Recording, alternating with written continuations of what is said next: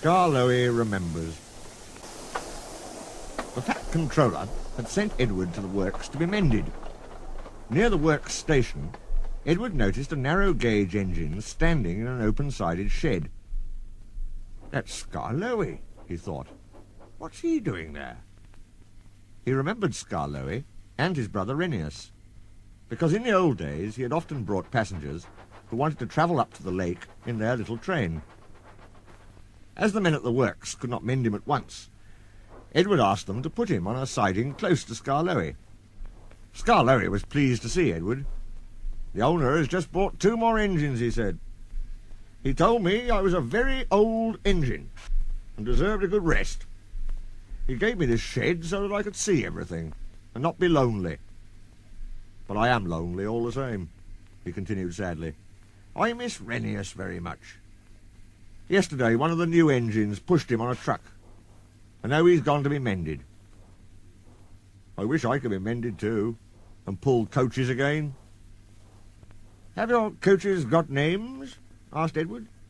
Oh, yes. There's Agnes, Ruth, Jemima, Lucy and Beatrice. Agnes is proud. She has cushions for first-class passengers. She pities Ruth, Jemima and Lucy, who are third class with bare boards. But they all 4 sniff at Beatrice. Beatrice often smells of fish and cheese, but she is most important, said Skarloey earnestly. She has a little window through which the guard sells tickets. I sometimes leave the others behind, but I always take Beatrice. You must have tickets, and a guard, you know. Of course, said Edward gravely. Renius and I, continued Skarloey, used to take turns at pulling the trains. We know everybody, and everybody knows us. We whistle to the people in the fields, at level crossings, and in lonely cottages and farms, and the people always wave to us. We love passing the school playgrounds at break time, but then the children will always run over to the fence to watch us go by. The passengers always wave, because they think the children are waving to them. But we engines know better, of course, said Skarloey importantly.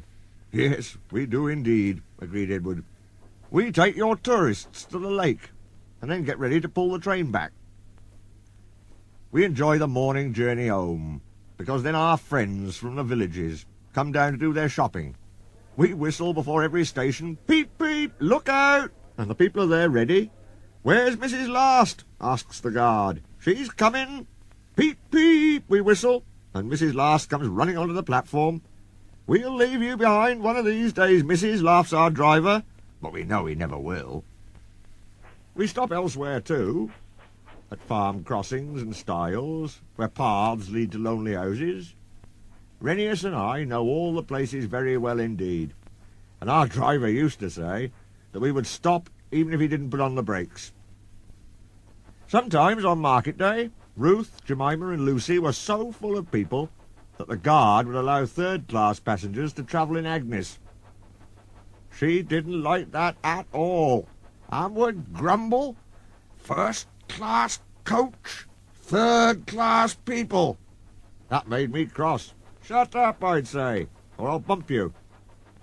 That soon stopped her rudeness to my friends. Just then, some workmen came. We're going to mend you now, Edward, they said. Come along. Well, goodbye, Skarloey.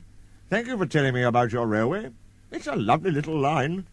It is, it is. Thank you for talking to me, Edward. You've cheered me up. Goodbye. Skarloey watched Edward being taken back to the works. Then, shutting his eyes, he dozed in the warm afternoon sun. He smiled as he dozed, for he was dreaming, as old engines will, of happy days in the past.